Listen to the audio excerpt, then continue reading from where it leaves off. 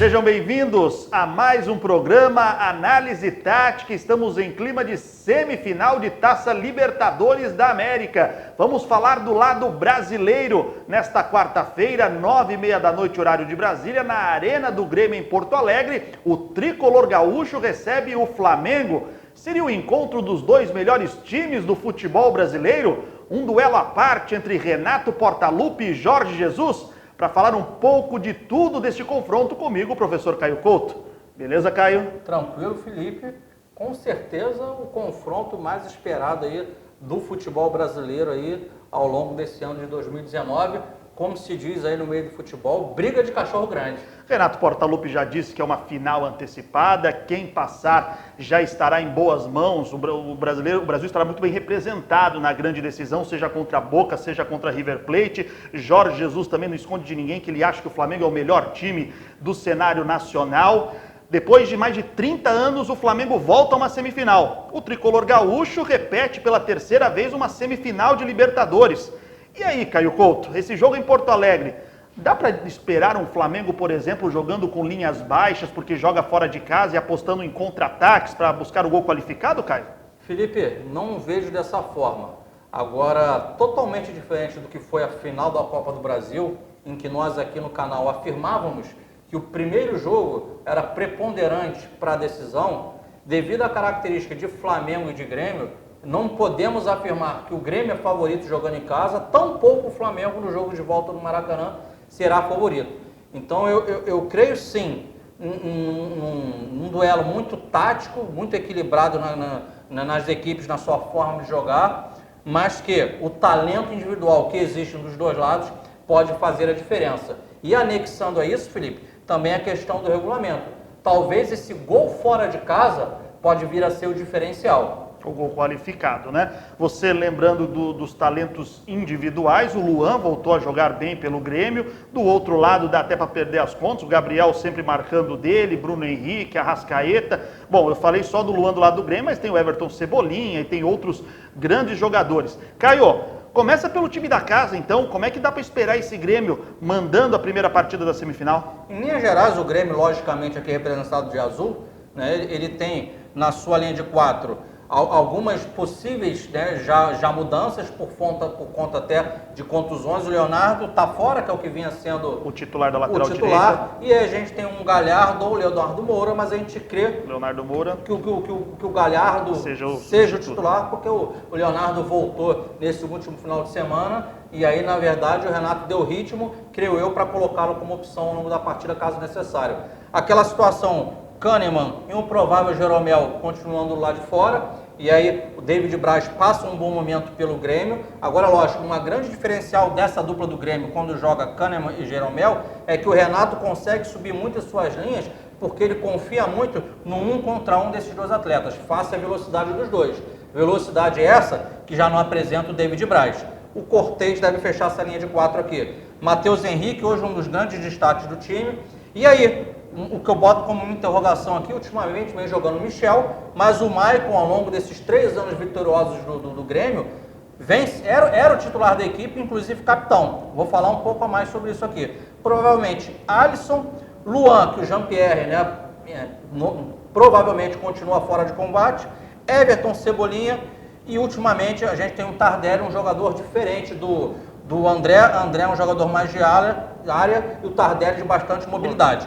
Eu quero dar 2 senãos para esse time do Grêmio aqui, 2 coisas importantes. Eu falei primeiro que dessa questão aqui do Braz, presta atenção, do Braz não ter a mesma velocidade do Jeromel. Então, talvez o Renato aqui, quem jogará? Michel ou jogará o Maicon?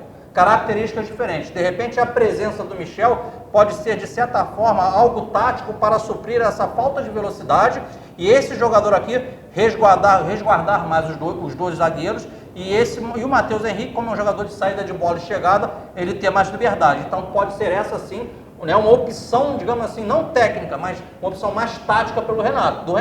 Ou mesmo ele voltar com o Maicon pela importância de jogo e a tarimba. E o Everton Cebolinha, outro senão que eu quero dar. Por quê? São 2 equipes muito técnicas, muita qualidade que a gente fala sempre do meio para frente. Mas o Everton Cebolinha, certamente em campo, na minha ótica, hoje é o jogador mais decisivo.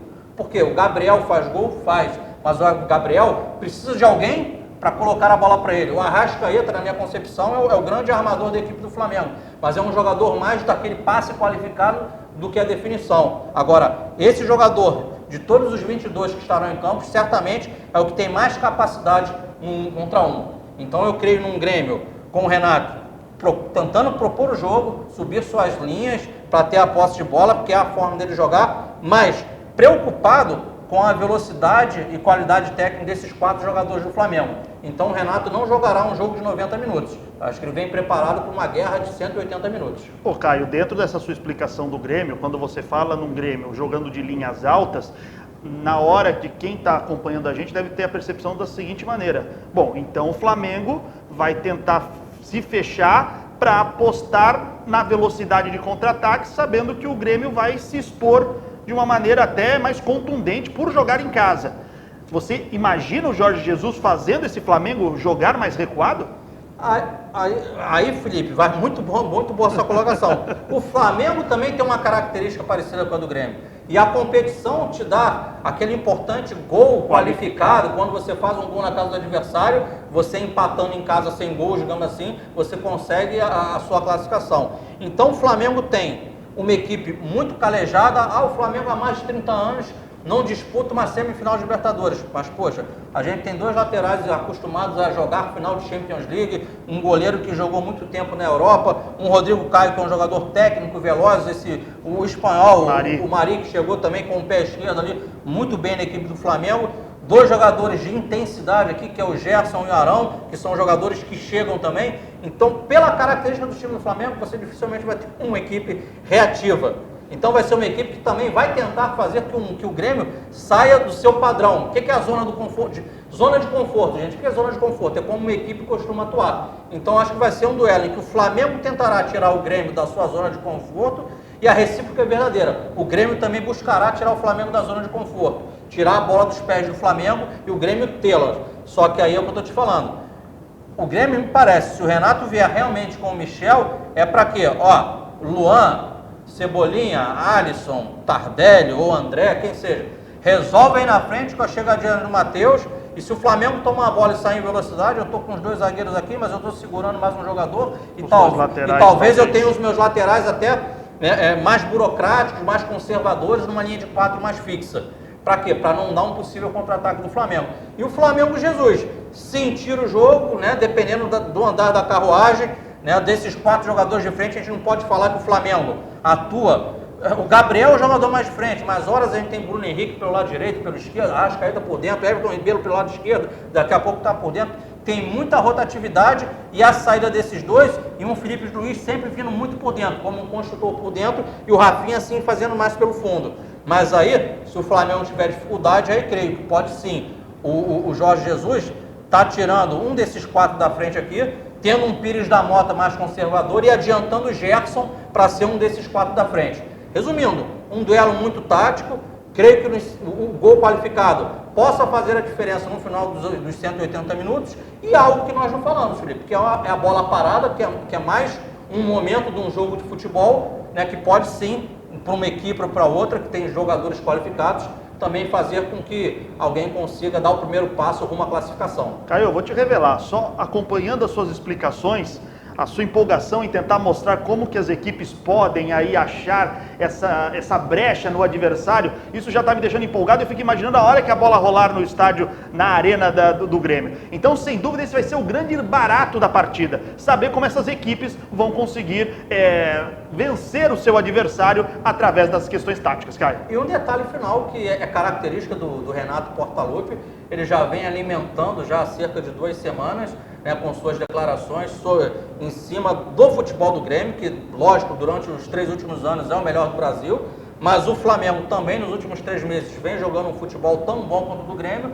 mas ele vem alimentando essa polêmica, né, sobre o Jorge Jesus, de quem é melhor, se é Grêmio, se é Flamengo. Então, certamente, bastante temperos para essa partida, que a gente certamente vai estar no sofá de casa, aguardando a hora chegar para a gente se deliciar com esse confronto. Caio Couto. Falou, meu irmão. Mais uma vez, professor. Ótima aula tática, você torcedor tricolor, você rubro-negro carioca, Acompanhe o nosso vídeo, interaja com a gente, diga se você pensa diferente do Caio Couto, se você entende que o teu Flamengo pode sim jogar com as linhas baixas, jogando fora de casa, se o Grêmio não vai jogar desse jeito que o Caio imagina. Dê o seu palpite. Caio, quem vence ou dá empate? Não dá palpite? Não dou palpite. Felipe, jogo aberto, os dois têm condição de vitória, como pode acontecer empate nas duas partidas, é muito equilíbrio, é como eu falo, eu acho que taticamente vai ser de quem errar menos, então com a probabilidade de poucos erros, de repente uma questão individual pode resolver a parada. 1-1, na minha opinião, nesse jogo em Porto Alegre. Gente, muito obrigado, forte abraço, até lá.